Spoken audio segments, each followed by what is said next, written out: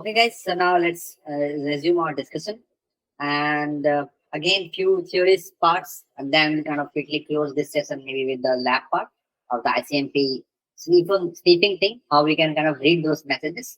We'll look at that, and before that, we'll kind of quickly complete few things that every SOC professional, if they are doing any kind of incident response, they should kind of know about. Okay, the terms and the techniques. So the next thing I like to quickly discuss is about the there's one thing which is quickly I'll just kind of quickly figure out that there is something called as reactive response versus threat hunting. Okay, and what this means is that so reactive response is something what you mean is that you act when a alert comes. Okay, when an alert comes. So this is what IR team or SOC team normally does. So we only act when a alert comes. Alert can come from different things, maybe from firewall, from IDS, IPS, a call from government agencies, or let's say an alert from any of the employee or legal team or any of the company that or any of the client that we work for. So alert can come from multiple avenues, and our nature is actually that we are a reactive response team, right? And the SOC team is actually a reactive response team because we only act when there is uh, an alert that comes up. We only react to that. Otherwise, we are all fine. Okay. Now the threat hunting team is like little bit different. Okay. They actually go out for hunt. Go out for hunt. Okay. So what they do is that they look for, let's say, known malwares, variants, and its variants, maybe malicious IP addresses. They will look at the traffic pattern, traffic patterns. Let's say, for an example, okay, of the network logs, or let's say the disk logs, network or disk logs. And thing is that this is how they will kind of find out are there any kind of attackers in the organization. So rather than depending on the alert, they do their they do kind of go out and do the hunting, and they try to kind of find the attacker in the organization. Okay, so this is kind of a quick kind of difference between reactive response and threat hunting response. And to be honest, like threat hunting is a little bit kind of, I'll say, it look interesting, but it's what to say, it's quite like difficult to from a different perspective. So let's say there's a threat hunting team. Okay, they are, let's say, they are good at in hunting. Okay, but thing is that let's say they are doing the analysis and all, and let's say they are not able to find out any attackers in the systems. Okay, let's say for last 3 months of their activity, the company is paying them, and let's say they only found out, let's say they found out zero attacks. Okay, and sometimes they, let's say, in next 3 months the company is paying them heavily. Let's say they found a one attack which was like okay, like simple attack one, okay, which was not detected, for example. Okay, so what will happen is that the leadership team will quickly realize that maybe kind of like, even though like they're all good, they're quite skillful, and they're not finding any attack on the organization. Leadership, there will be like different thoughts about the different thing. Are they really good? Are they really able to detect the attack, or is it that there is no attackers in the organization? So that's why most of the organization doesn't have a full-fledged threat hunting team. For me, for the organization that I have worked upon for the last 5 years, we had threat hunting team, a full-fledged threat hunting team who would kind of do the threat hunting.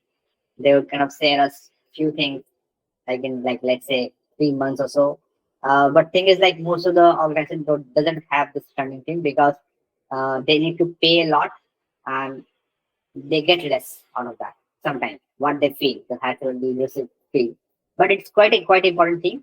The other thing is that why the job is really hard of pretending team is that, we let's say we got an alert as a SOC professional. We got an alert that there has been an attack 1 year before from a different client, and we found out, okay, there has been an attack, and let's say the threat hunting team was not able to detect that. attack.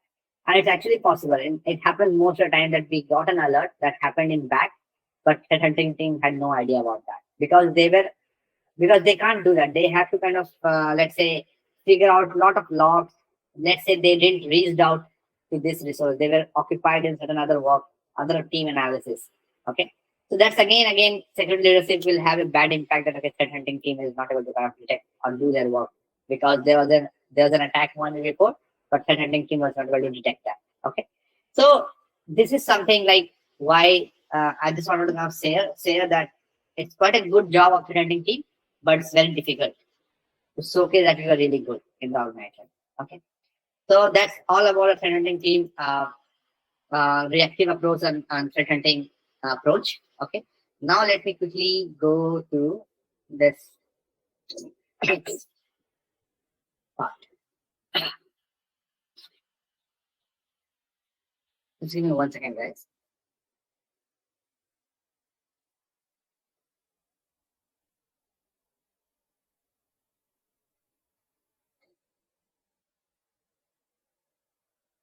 Okay. Now what we'll do is that we'll just quickly see the attack cycle. Or let me just quickly skip through the things. Just give me 1 second, guys.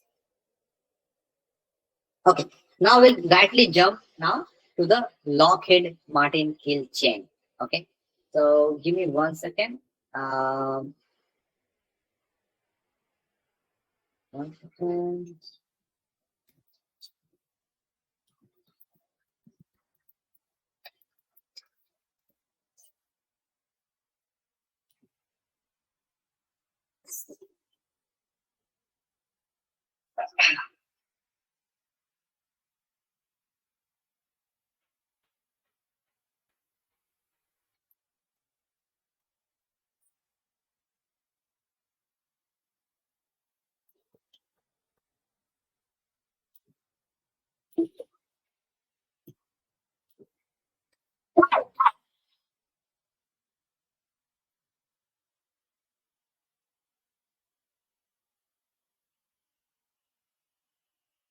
Okay, guys. So this is the Lockheed Martin kill chain that I want to kind of quickly discuss, and this is all about. First, let's understand like why we are discussing this.